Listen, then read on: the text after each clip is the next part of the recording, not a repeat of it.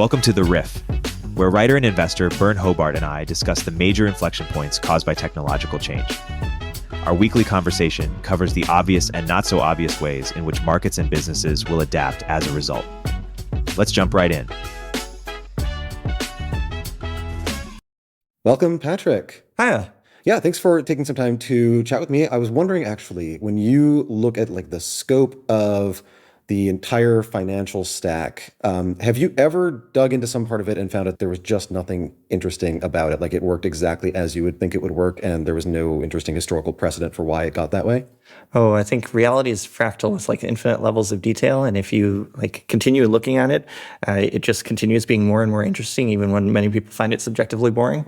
I've broadly found that this sort of fascinates me about infrastructure generally. So any place where there are multiple actors, where they have very different incentives, where there are technological substrates that have been accumulated over time, where there are strong historical and cultural factors that you can dig into as well, where you could, it's a diamond and you can change it from different angles and see an entirely different gem, and there's an infinite number of angles. Truly, there has never been anything that touches money or that touches technology which has ever said, actually, I'm kind of boring under the hood to me. Good. So a lot of times we have current infrastructure that is built on old infrastructure that the old infrastructure no longer serves a purpose, and there's a new thing. Things like people still talk about the pound to dollar exchange rate as the cable, because that was the first purpose of the first transatlantic cable, was just send real-time currency quotes. Mm-hmm. Are there any favorite examples of just odd origins for existing financial products that we use all the time? Oh, goodness. Where to begin?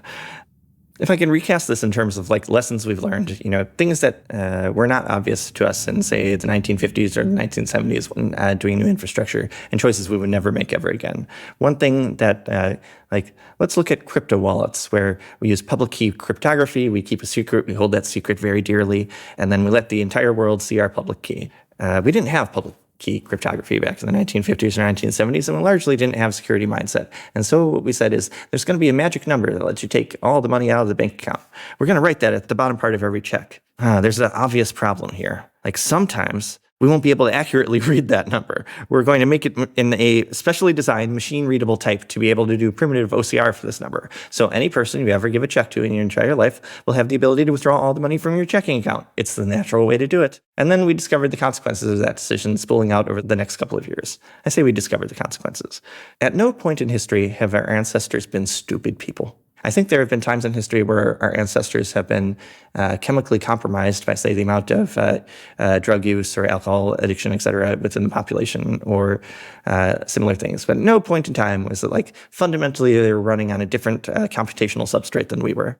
So the people who developed the system weren't stupid. They were working within some constraints and working with a threat model. And within those constraints in the threat model, this was the least worst thing they could come up with. We spent billions, tens of billions of dollars dealing with check fraud since checks became machine readable. And there's a similar story in credit cards. There's a similar story in a lot of things. And they kind of layer off of each other.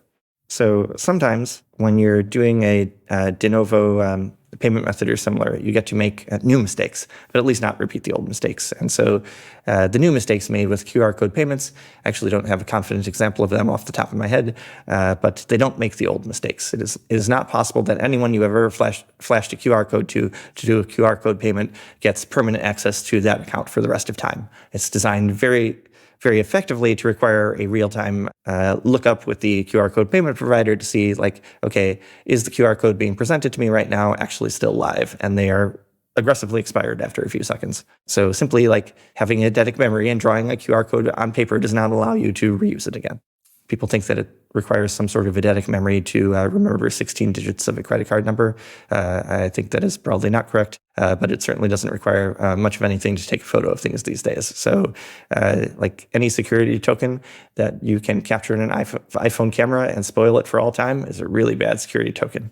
That probably includes fingerprints. Unfortunately, it also includes physical keys. So a picture of a physical key taken at almost any angle now allows you to very confidently predict the rest of the physical key and create a physical duplicate of it on commodity hardware. And so physical keys, they're more of a suggestion anyway. But Sure. I think that makes a lot of sense. Thinking of how much easier it is to leak and then store the token over time. I think that is a good framework for just thinking about a lot of security questions in general. I guess finance is always kind of bounded by the security and usability trade-off. And people are surprised that sometimes you will accept lower security intentionally. I wrote an essay about this, which largely leans on Dan Davies' work, saying that the optimal rate of fraud is not zero. An example I use there is that you could decrease fraud to almost zero in an e-commerce site by putting someone through the same amount of controls that you use to verify that someone is an accountant that you can give your holiest of holiest secrets to if you're a capitalist corporation. So first, they need a specialized course of instruction. They're going to need to pass an exam. Depending on the state, they will need to apprentice under an existing accountant who will obviously, detect them for criminal impulses. And then they will work for you for a number of years, gradually gaining your trust. And only then will you sell them a shoe over the internet. And in that model, we would still lose some shoes to fraud, but we would lose so fewer shoes than in the status quo. But it turns out that being able to sell a lot of shoes over the internet is a good business to be in. And sometimes you get a fraud loss, just like sometimes you pay for rent, sometimes you pay for salaries, sometimes you even advertise. And so it's a cost of doing business. And that's fundamentally the way that well-calibrated capitalist institutions look at fraud. They look at, okay, accepting this level of fraud allows us to purchase some good in the world with that fraud. And are we at the correct margin right now, or should we adjust? In some cases, by regulation, there's an unfortunate consequence of this, where at the current level of fraud suffered by someone else, we are purchasing a good. And we don't generally allow people to buy things with other people's money without their consent.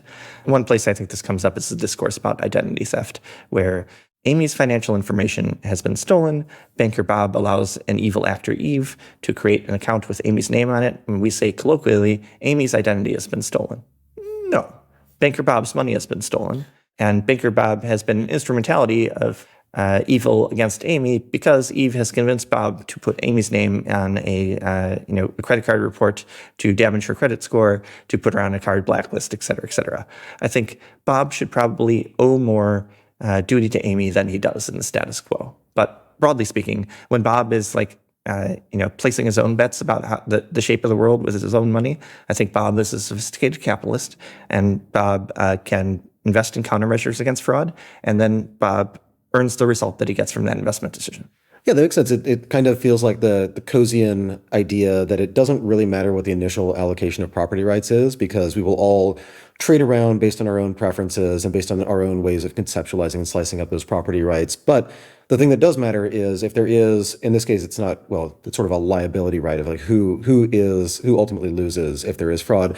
It does kind of make sense that you'd actually think about the elasticities and sort of the scalability of countermeasures, where either if Bob at the bank could have some security procedure that he uses, or every one of us could implement some subset of that badly because it's our first time and we don't have a big sample size for fraud and we don't think like criminals quite as well as Bob probably has to, that there's still some inefficiency there. So yes, you can tell a story where any economic arrangement has to make somebody on the hook for fraud, and that whoever is on the hook is probably going to do the security measures. And then at that point, the question is where's the lowest social cost for having someone on the hook? Yep.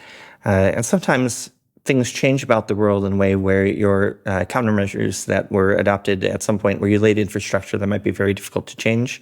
They were not bad choices at the moment, but factors in society change, the use patterns of your users change, sometimes the technical substrate that society executes on changes, and then decisions which were reasonable in the past start to cost you more and more money in ways that are difficult to remedy.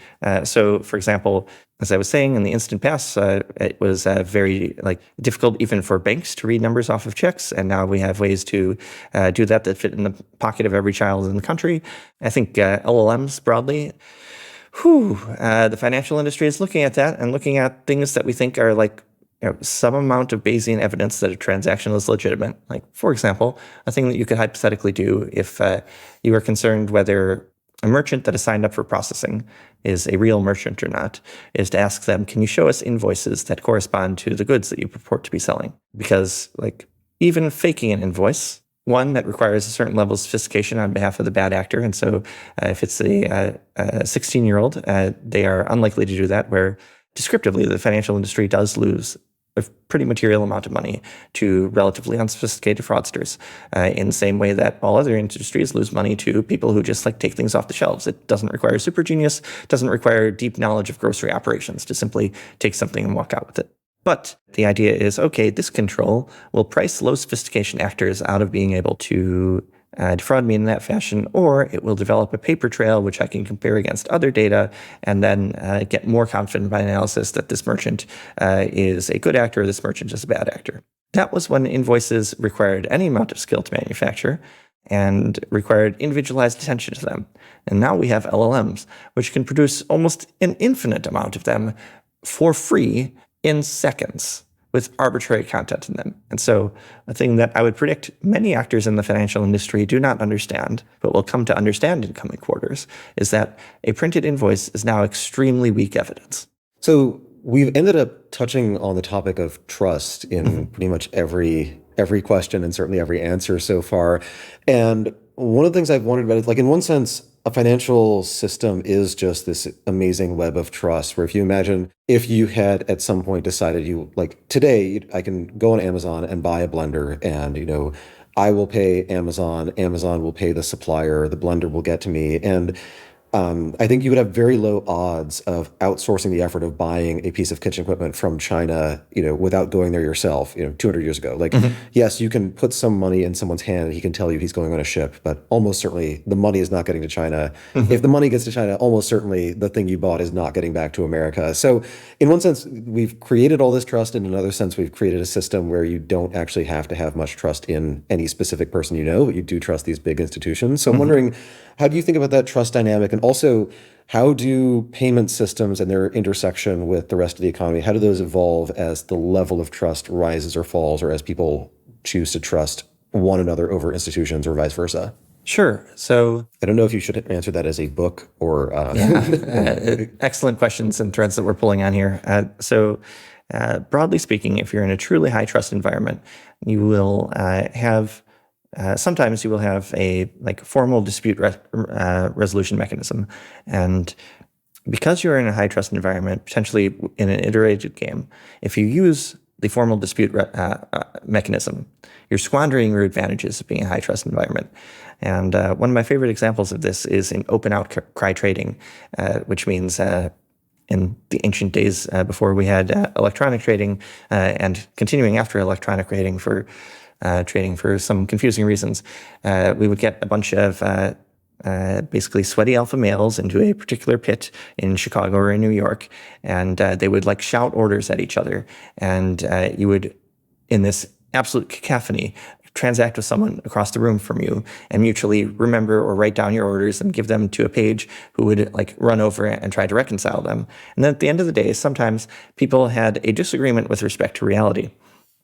And so I had a family member who did this as his job. And I said, when you have a disagreement about reality for a verbal conversation that is happening in the middle of a cacophony, possibly with some hand signals that might have been misread, how do you resolve this? Is there a court process? Do you ask for a video, et cetera, et cetera? He's like, oh no, you go over to that guy and you say, oops, and you go halfsies on it. Right. But one of you was wrong. It's it doesn't matter.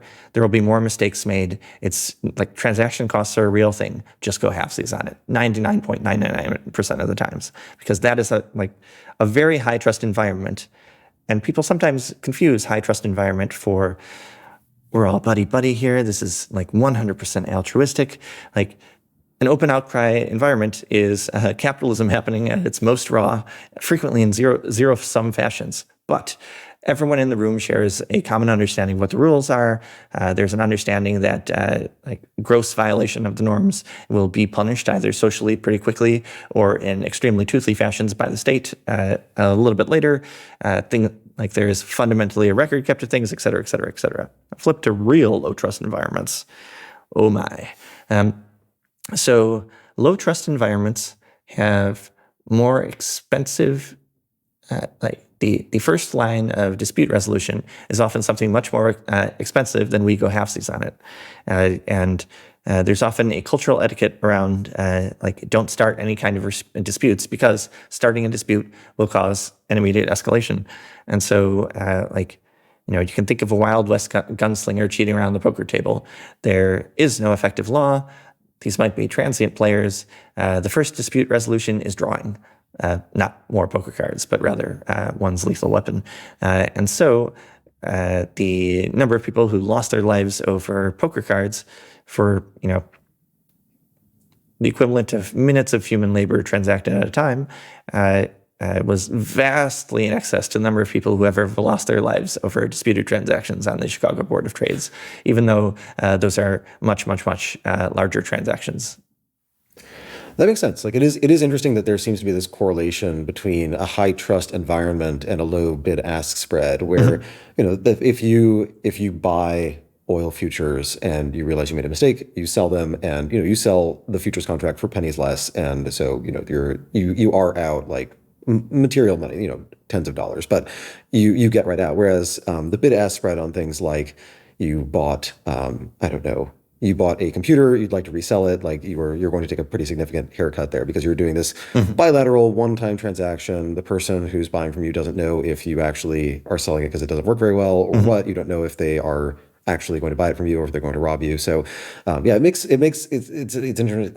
an interesting pattern that it happens that way. And I would imagine there's pressure in both directions, right? That if the bid-ask spread is really low, like if people can enter and exit transactions fast, they're transacting a whole lot more. And so you have to have very, very high confidence that the person on the other side is actually going to trust you. So I guess like as markets get more liquid, they have to kick out the bad actors. And in fact, isn't that a lot of like the history of those exchanges, is they used to be much, much wilder places and they got a lot more. So there's an interesting iterated metagame here happening.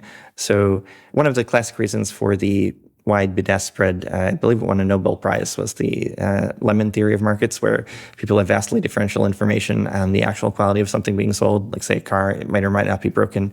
And so a small percentage of sellers are attempting to sell a lemon without disclosing that it is in fact a lemon. The buyer cannot conveniently verify if it is a lemon or not. And so buyers are skeptical of all used cars because they might or might not be a lemon. And so that causes a wide bid-ask spread. Reputation systems in places like eBay transactions, for example, suggest that, okay, this transaction between the two of us is a one-off. I will never transact with this person. Again, there's no direct impact to them screwing me. But if I do a reputational report, that will damage the totality of their business in the future. And so people are incentivized to avoid reputation reports. They are not directly incentivized to avoid actually screwing people. And there were some complicated metagames on eBay about, I once, when I was young and did not understand these dynamics, tried to purchase a video game and received a pirated copy, and I left a neutral feedback to the seller saying, thank you for providing the video game, but this appears obviously pirated, and I wouldn't have paid money for a game if I had wanted a pirated copy. And he left me a neutral feedback saying, thank you for the neutral feedback. And thus, symmetric damage to reputations. But the iterated metagame. So I agree with you. As the market gets to be higher and higher trust, the bid-ask spread collapses. It is more rational for more people that were worried about transaction costs to transact in the market. The value in the market continues going up and up, both by more transactions and more people transacting. It becomes more and more valuable to defect against the market if you can do so. And so there are a finite amount of very competent, very skilled people in the world who devote their lives to evil. But they are always looking for markets that have grown recently.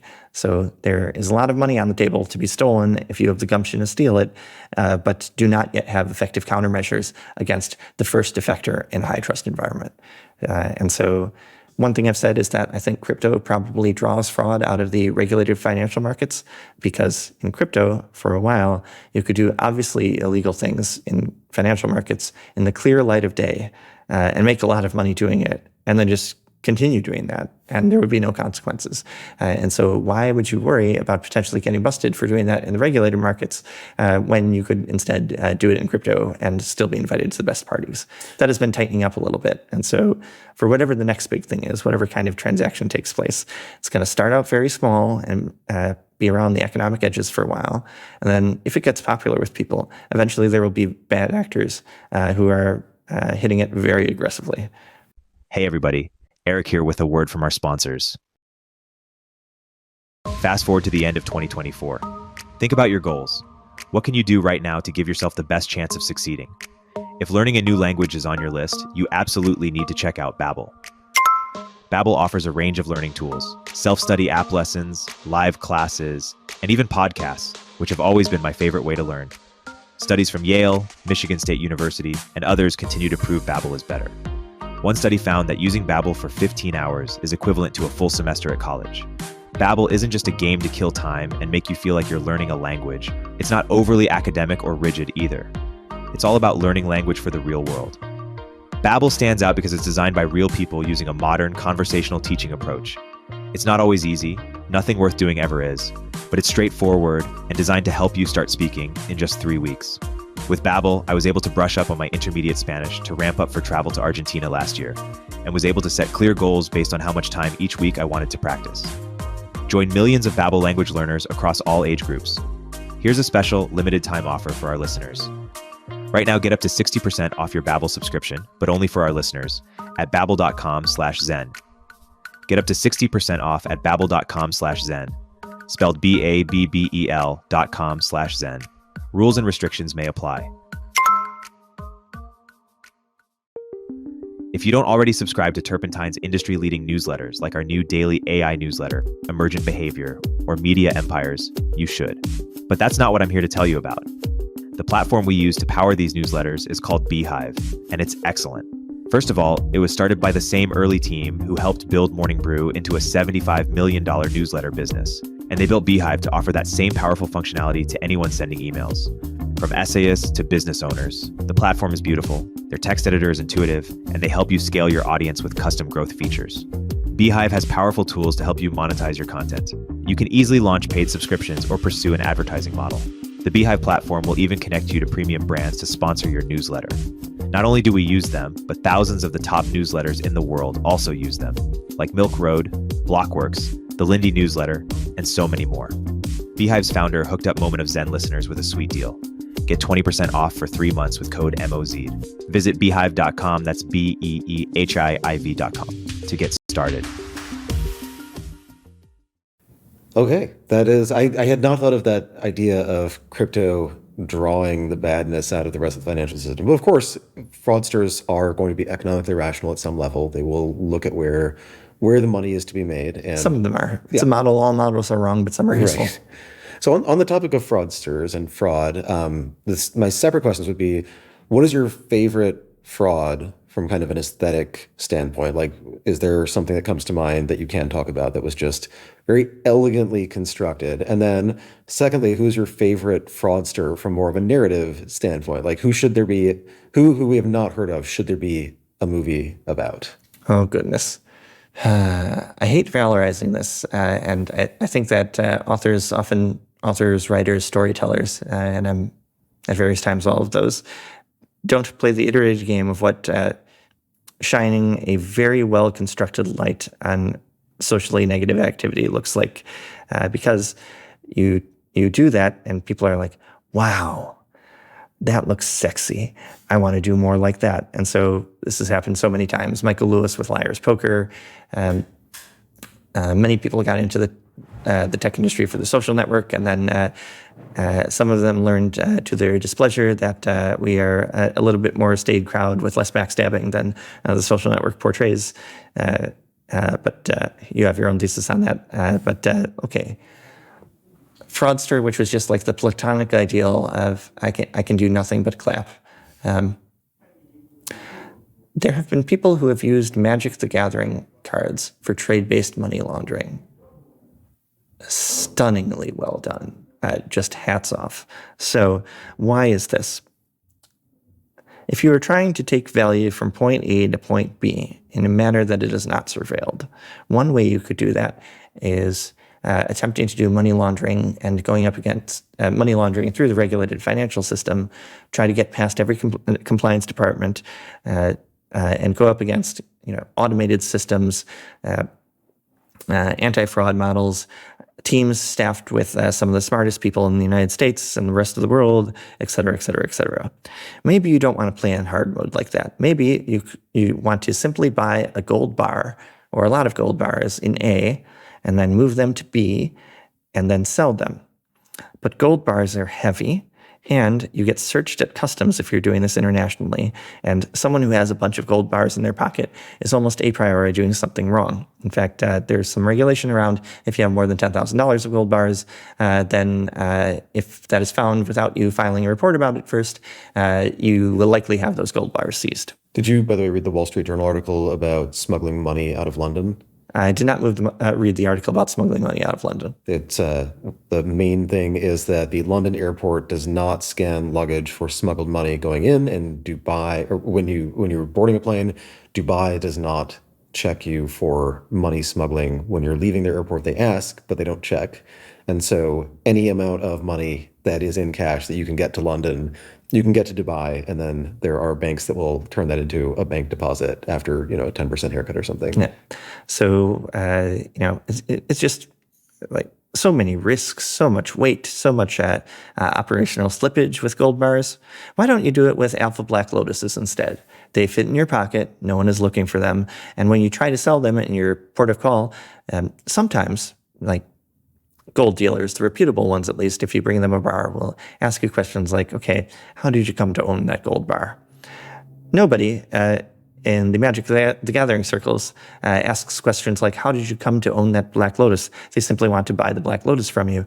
And so you can smuggle a truly stupid amount of value, fits in your pocket, can't be scanned by metal detectors, wouldn't even be recognized as valuable if most law enforcement officers took it out of your pocket to look at, and then sell that, and then turn it into immediately clean money in the system, because people are aware gold bars can be used for money laundering. And so if a bank suddenly sees a transfer for $500,000 coming to you from a currency dealer in town, they're going to have some very serious questions.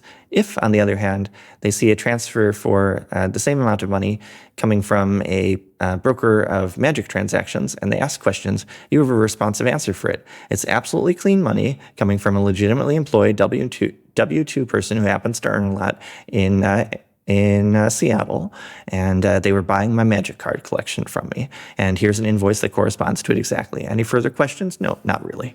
Interesting. So I know people will sometimes look at the U-Haul rental rates between pairs of states to see if people are moving to or from that state. Would you ever consider looking at the price of Black Lotuses in various financial centers to see where the money is where the dirty money is entering and then exiting as clean money? So much like many trades, different forms of different avenues for money laundering have different sizes available. So there are like some arbitrages which are notionally possible in life, but which various financial institutions might say, okay, I can't deploy enough capital to make that meaningful for me. And sometimes that's a reason why an arbitrage might persist. It's also a reason why we have different financial institutions running different strategies with differently sized bankrolls, so that in expectations somewhere along the spectrum, there's a financial institution that can take an arb or another trading opportunity of a particular size. Similarly, as a money launderer, there are various pathways where those pathways are size constrained. Now I'm going to say an unkind thing about crypto. Most ways to launder lots of money quickly could not tolerate tens of billions of dollars moving through them in, say, a 6-month, 10-month, 18-month period. And then crypto built ways to launder money which tolerated that very much, and uniquely hired a professional managerial class American, one Sam Bankman-Fried, his inner circle, and other co-conspirators who I believe were absolutely aware of the facts, to move a lot of money, which Tether purports to have existed in various places, to, descriptively speaking, Cantor Fitzgerald in New York, in literally transacting in tens of billions of dollar sizes. And even after we've uncovered that, so this was an open secret. It was reported on by Protos, among others, in the Tether papers. Many people in the industry knew it. I told people confidentially, I put a 5% chance on Sam Bankman-Fried going to prison for a very long time. Even the people who knew it didn't understand the true totality of everything that was going on there. FTX collapsing, et cetera, people told me after that, you were right. I'm like, oh, well, I was right about a tiny bit of it, but I had no idea that they were insolvent for exactly those reasons. I thought they were making a lot of money being Tether's bagman. And so, long story short, when you see like huge amounts of money flowing with no economic purpose to it, you should start thinking capital flight, various forms of money laundering, et cetera, et cetera. And when I look at crypto and see the amount of money that is flowing through the pipes, and also see like stats on number of users, daily actives, just look at the realized utility of it in the world, I look at that and conclude there's a lot of like dirty money flowing through crypto relative to truly economically motivated transactions. I think there is a non-zero amount for sure. It is hard. Well, there's a non-zero amount everywhere. Yeah, but I know if you have a decentralized, permissionless, et cetera system, then if someone can get dirty money into it, they can move it around. If there's an off-ramp that doesn't ask too many questions, they can turn it into cleanish money. But I think that what that ends up doing is creating essentially two crypto systems. Like there's the US onshore system where you can't do any fun gambling, where you are limited in the kinds of fun gambling you can do. But I don't think it would be, I think if I were a money launderer, I would strike Coinbase off my list really fast. It's like this is probably going to get unusually high scrutiny relative to Wells Fargo or something. You need a man in the middle who is capable of transacting in both systems, walks in light and walks in shadow, is morally flexible, is able to say the right things to bank compliance departments, and is willing to blow up what should be a very valuable business over an opportunity to do a little bit of crime on the side. We have at least one name of one person that fits this description. And interestingly, someone pointed out, it is extremely valuable to have an upper-class American passported money launderer. They get much less valuable after they're on television because people start scrutinizing their transactions in history. And so if you want to walk down the path of the greats in money laundering and attempt to turn the money that you get through money laundering into, say, political power in the United States, don't do what Sam Bankman-Fried did. Don't go on a press tour. Don't get podcasts on Bloomberg, et cetera, et cetera. Just live a quiet life, making a lot of money, and don't come to the attention of those in authority. That's a reasonable path. So is that kind of your grand theory of FTX? Is that the core business was money laundering, helping Tether interact with the U.S. financial system, and that the sideline was also stealing customer funds? Because it seems like, but I guess this is my criminals. Is like, why did they do that much more crime? Like, why were they also speeding after they robbed the bank and got away with it? Right. So this was my core theory for a while, that FTX's true business was in money laundering. Again, in terms of things we know and things that might or might not have been true, we know that Alameda was transacting tens of billions of dollars of size with Tether. They admitted as much in Bloomberg podcast interviews. And even Sam Bankman-Fried, when he was telling the founding myth of Alameda to many people, to Bloomberg, to Michael Lewis, said essentially that the trouble is that you have dollars in America and cheap Bitcoin in Japan. You need to turn your dollars into yen. You need to buy the Bitcoin. You need to send the Bitcoin to America, sell it for dollars, and watch that cycle very, very quickly. Or vice versa. The direction of the trade doesn't matter. It's just that there's a discrepancy in the Japanese Bitcoin market and the U.S. Bitcoin market.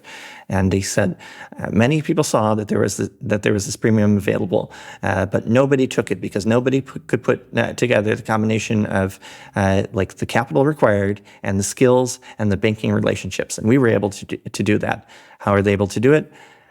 It is claimed that he had a Japanese national make a essentially shell corporation in Japan and then convince a regional Japanese bank to move money at a very high velocity in a way that banks had been explicitly cautioned by the Financial Services Agency to not transact with people doing cryptocurrency businesses. Oh boy, I got the third degree in 2016 when I opened up my Starfighter bank accounts. Story about Starfighter in a moment. But banks have been cautioned. No bank should have been willing to do this. It is claimed that one bank was, and that they transformed this willingness to subordinate the Japanese banking system into tens of millions of dollars.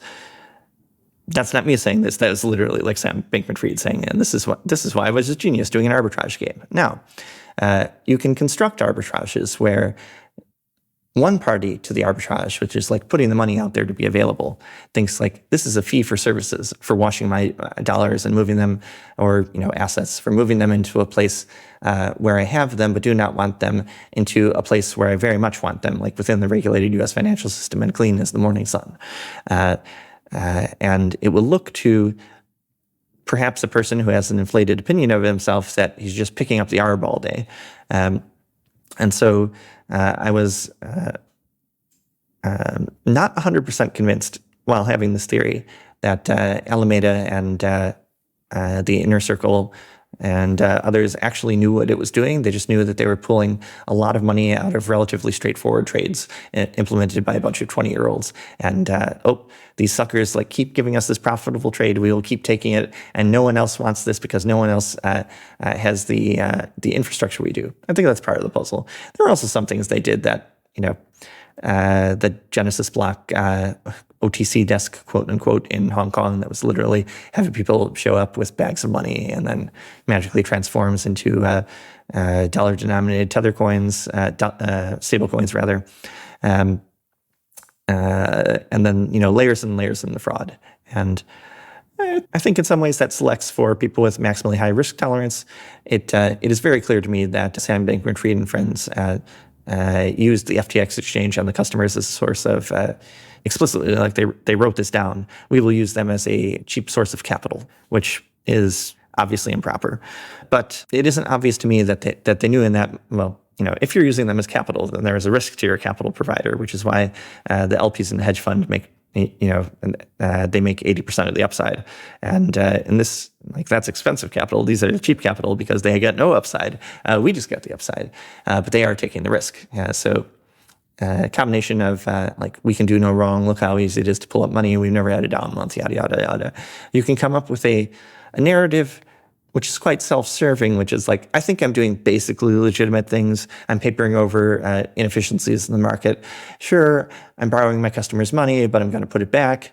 Am I lying about that in the docs? Yeah, but fibbing on the internet never hurt any startup, et cetera, et cetera, et cetera. And then the money got lost, and then actual consequences started engaging, and people were shocked that someone who everyone understood to be Tether's banker could also be crooked.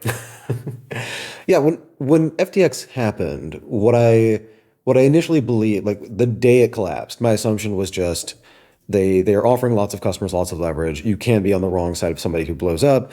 I was kind of wondering in the back of my mind, what currency blew up right then? Who specifically caused this? Because there was no particular crypto craziness right before the FTX collapse. And then my theory shifted from they were better at trading and at building a nice looking front end than they were at accounting, and that especially if you work at a well-run firm, if all of your experience is at really well-run firms, you forget how much work goes into making sure that there's always enough cash in the account to actually settle your trades.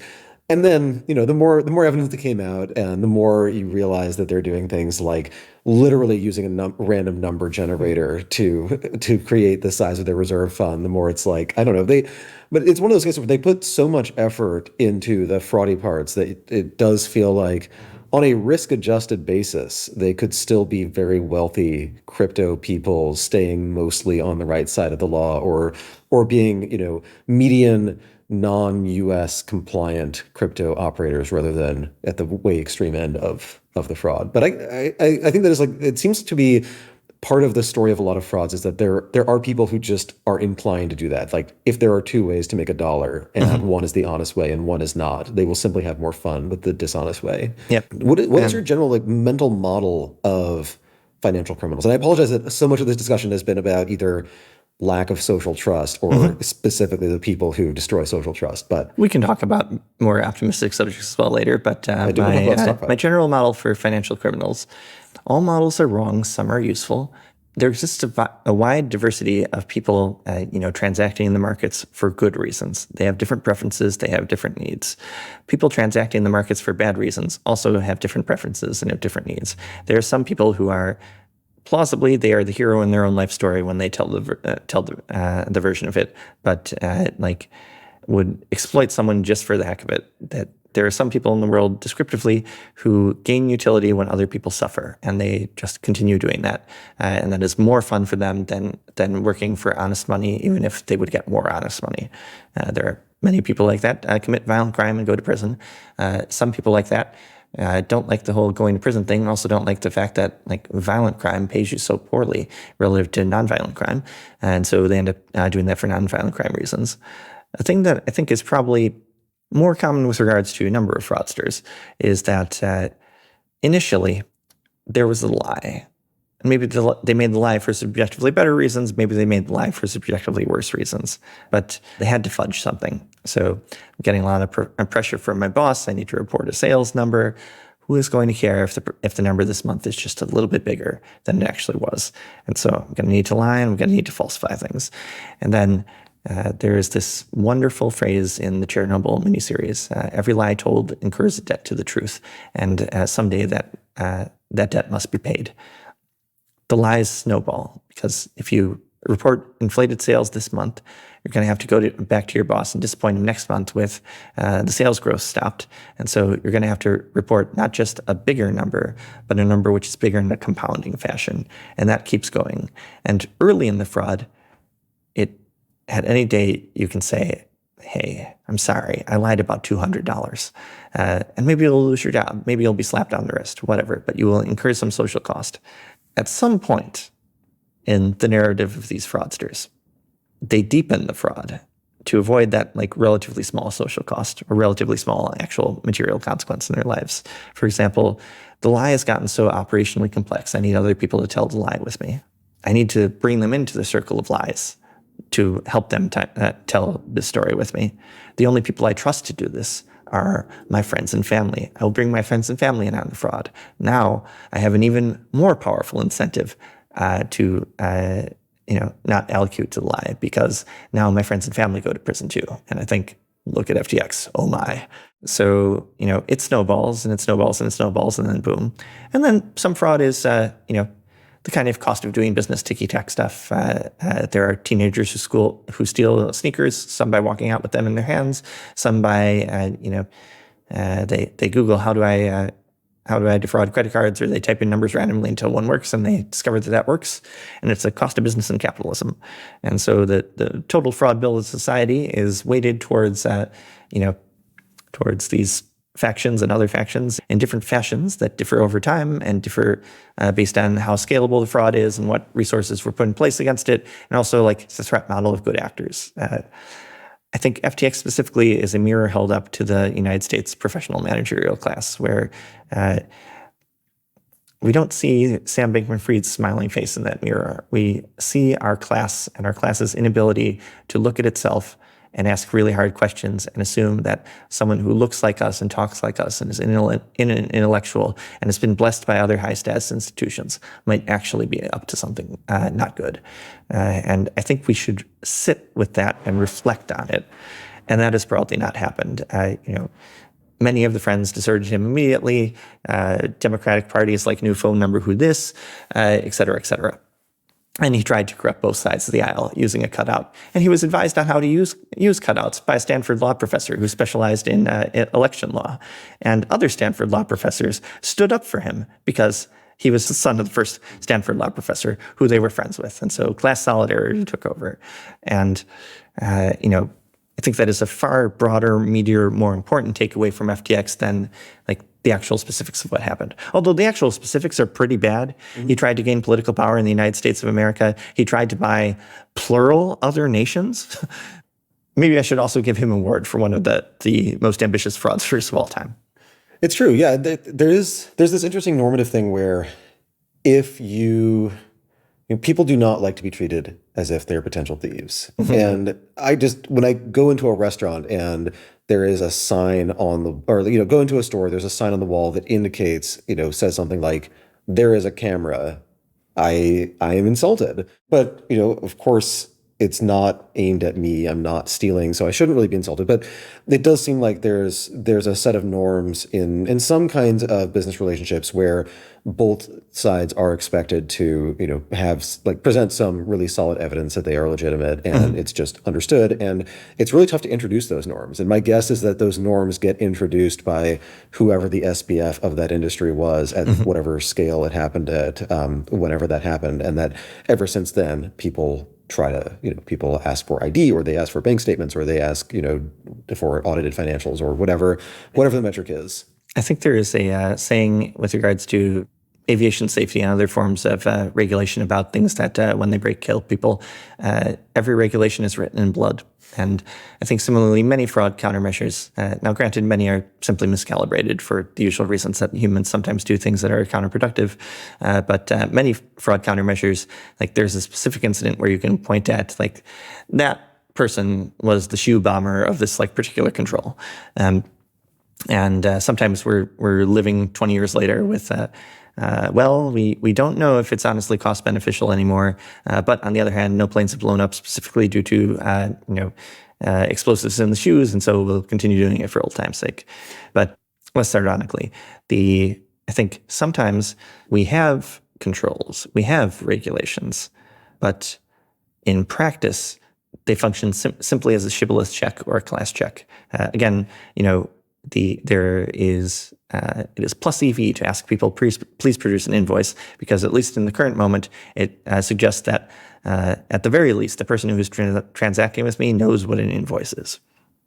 It is plus EV to ask someone to, speak with an educated upper class American accent, because that will, as Bayesian evidence, decrease the number of the chance that you will suffer fraud. And by the way, I think that was the primary control on SPF from various compliance departments. Like, he speaks with the right accent. He used to be at a well-regarded trading firm. His head was on the front page of blah blah blah. No further questions. Oh yeah, you're supposed to give me financial statements. They're in Excel. Not a red flag at all. So. Is what it is. Maybe we should move in the direction of happier topics. Yes. Let's do happier topics. So you had mentioned, I forget if the formal name of the product is Stockfighter or Starfighter. If it's Starfighter, the company, Stockfighter, the product, but that. Yeah. So do you want to recap what that was and what you learned? And I don't know, would you want to do something like that again, or do Ender's Game style recruiting tactics have flaws that you've now uncovered? So back in 2015, myself and two friends, Thomas Tachik and Aaron Tachik, co-founded a company called Starfighter, in homage to the movie The Last Starfighter. The plot of that movie is basically someone playing arcade games and getting the high score, is recruited by some extremely advanced alien race to run a war in a fashion that was fictionally represented in the arcade game. The idea for Starfighter was that we could expose engineers to a fun environment to do a novel form of engineering to them, that they would have a lot of fun for the same reasons that video games are fun, that we would identify which of these engineers are extremely talented engineers, and then give them the option on, if you're an extremely talented engineer, but you're dissatisfied with your current employment, or would just like some options, we will represent you as a contingency recruiter to various firms. And so most engineers have not worked in financial infrastructure. Thomas and Aaron had worked quite a bit around financial infrastructure as security consultants and similar. And financial infrastructure is just infinitely appealing. So, and it's also infinitely appealing in a way where we look and it exists in the world. We're aware that it has amazing societal consequences, but the true deep secrets are hidden behind the walls of institutions that most of us have no access to. And we said, well, why don't we all role play as being people who touch financial infrastructure? So we built a fake stock exchange, and then we put levels around it, and each level would give you a goal against the fake stock exchange. And you would solve that goal typically by programming something. So it started with a simple prove that you can send an order in an HTTP API, and moved up to, okay, we're going to introduce you to the concept of market making, which you're probably a web developer who has never heard of this before. Here's what a bid-ask spread is, et cetera, et cetera. Here's how to get the order book from the API, and we'll give you a nice screen to see that on. And let's give you intuitions for what happens when retail traders need to cross the bid and ask, and how you can quote a bid and ask for the first time. You're the only market maker here. And wow, you make money market making and selling the service. Next level, okay, there's another market maker competing with you, et cetera, et cetera. And then we caused people to do more and more complicated programming tasks, which actually caused them to develop some domain knowledge of trading in this toy system, which was much less complicated than the real capital markets. And then I'm still proud of the last level, extremely proud. The first part was you would have to essentially hack the stock exchange to de-anonymize trades. And then there were 100 bots trading on the stock exchange. And we told you nothing but one of these bots has inside information. Which one is it? And so you first hacked the stock exchange to be able to de-anonymize trades and de-anonymize the order book. And then you use any strategy you want to find the bot.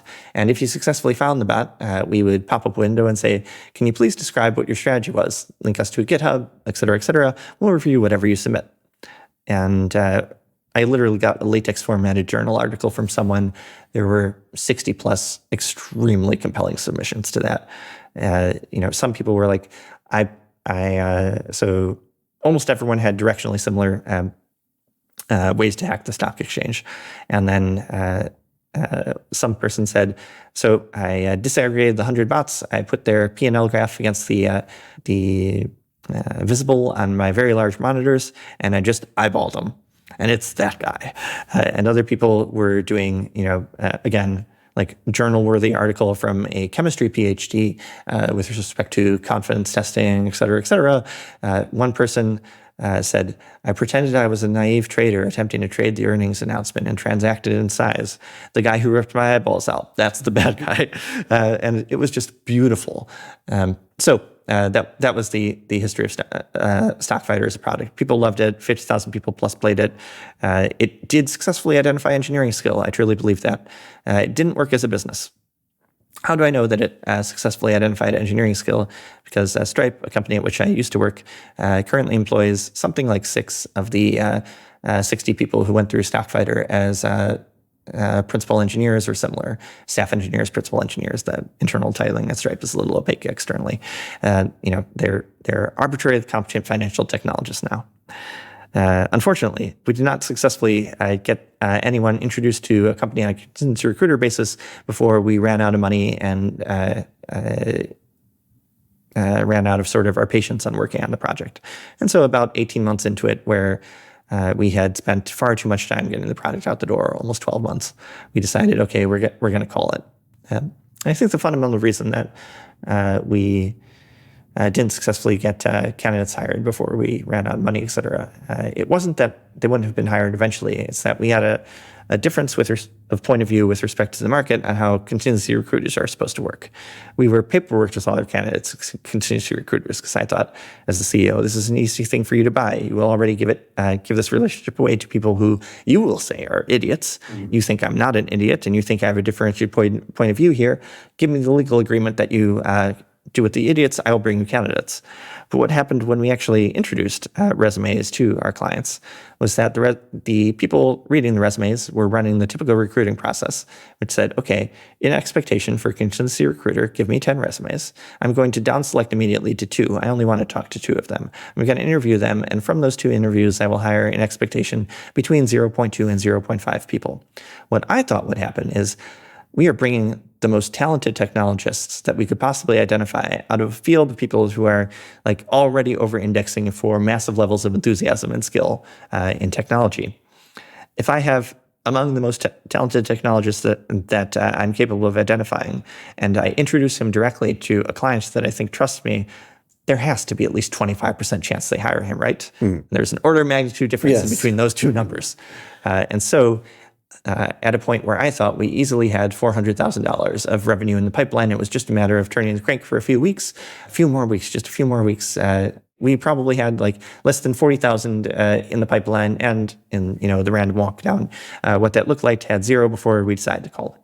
That's fair enough. Well, I tried to ask you a question that was not about fraud, but inevitably fraud reared its ugly head with the insider trading simulation. So I'll try again. Mm-hmm.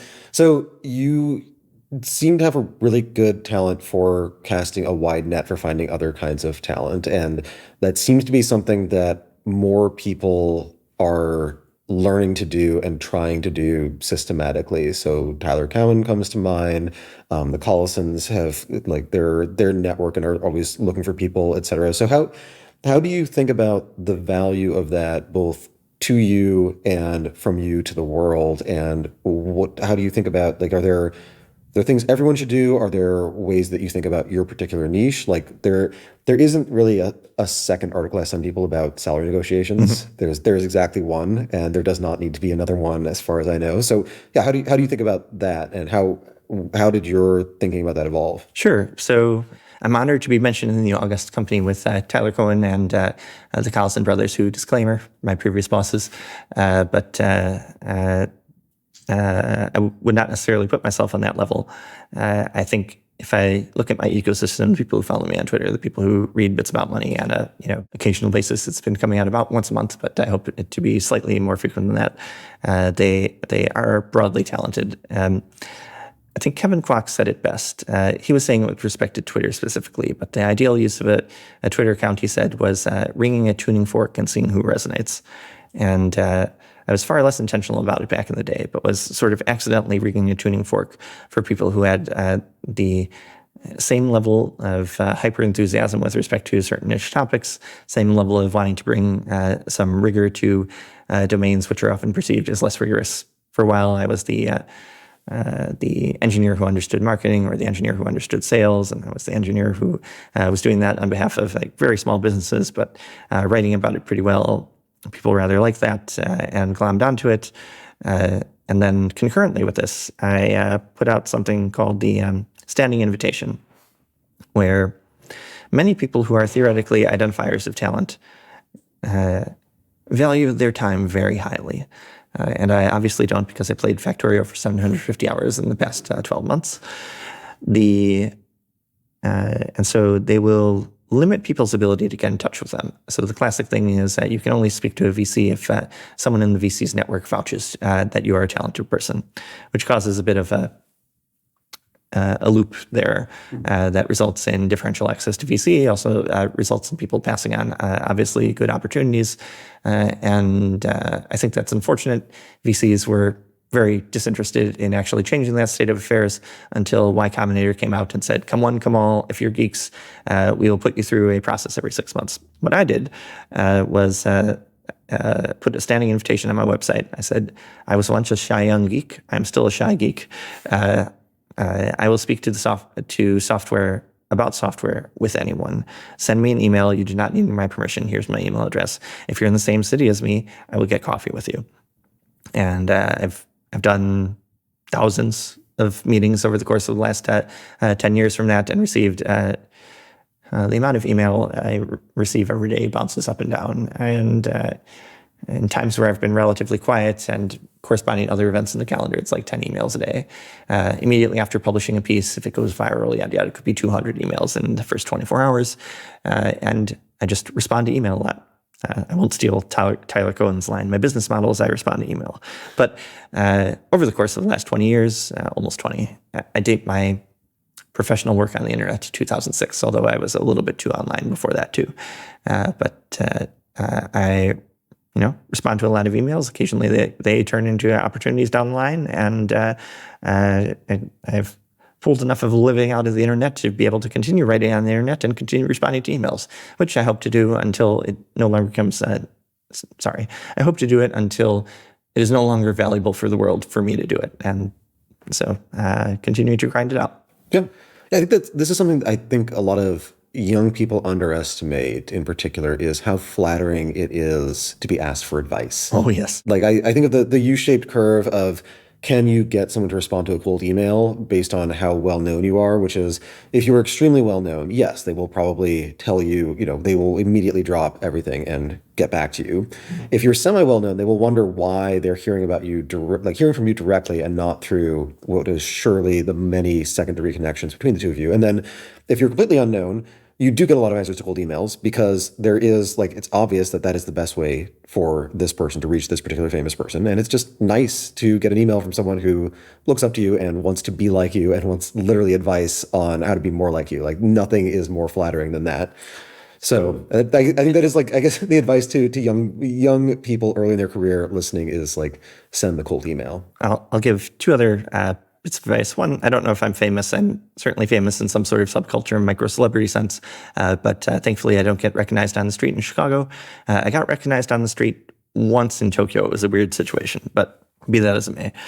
A thing I wish that all American high schools would put on the curriculum is at some point ask you to contact someone in the field who is obviously busy and obviously high status and say, hello, I'm a high school student. I have some questions for you via email.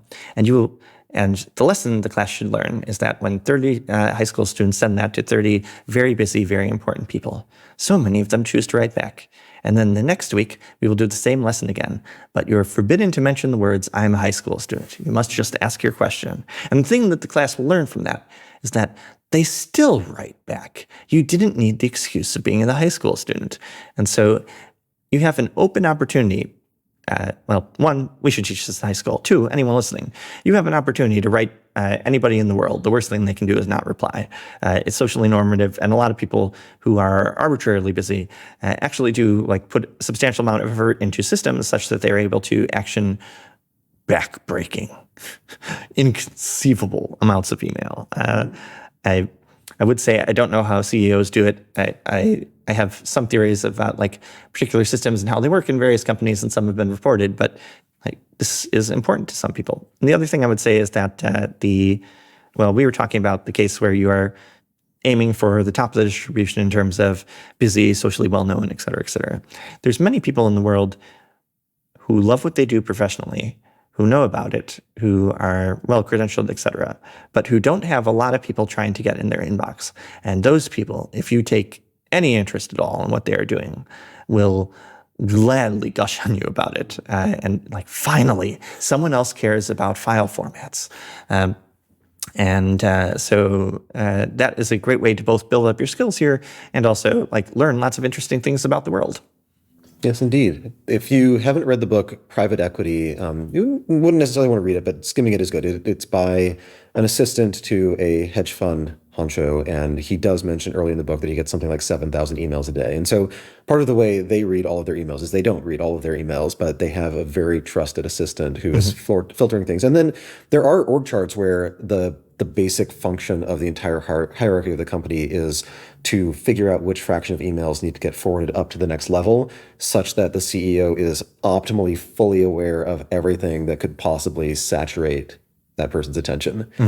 So it can, you do, I guess the more well-known you get in some jobs, the more your life is just managing email and managing people who manage email. Managing information flow too. We're currently recording this somewhere in the vicinity of the Manifest conference, and a fellow attendee, Dave Kasten, has a great line that in the absence of Twitter, the primary information bus between departments of the United States federal government was the President of the United States. That seems a little bit suboptimal. And so in some ways, Twitter as a product itself is a upgrade in bandwidth for the United States federal government, which means, wow, this product is far more important than most people, including Twitter, believe it to be. But managing information flow, a very hard problem in human systems. Thanks very much for having me on the show today, Byrne. If folks want to follow me, I'm Patio11 on Twitter. Feel free to send me email or sign up for my newsletter at Bits About Money. And my podcast, Complex Systems, is coming soon to a podcast reader near you. Thanks for listening to The Riff. Please go follow and subscribe, give us 5 stars, and check out Byrne's excellent newsletter, The Diff, if you haven't already.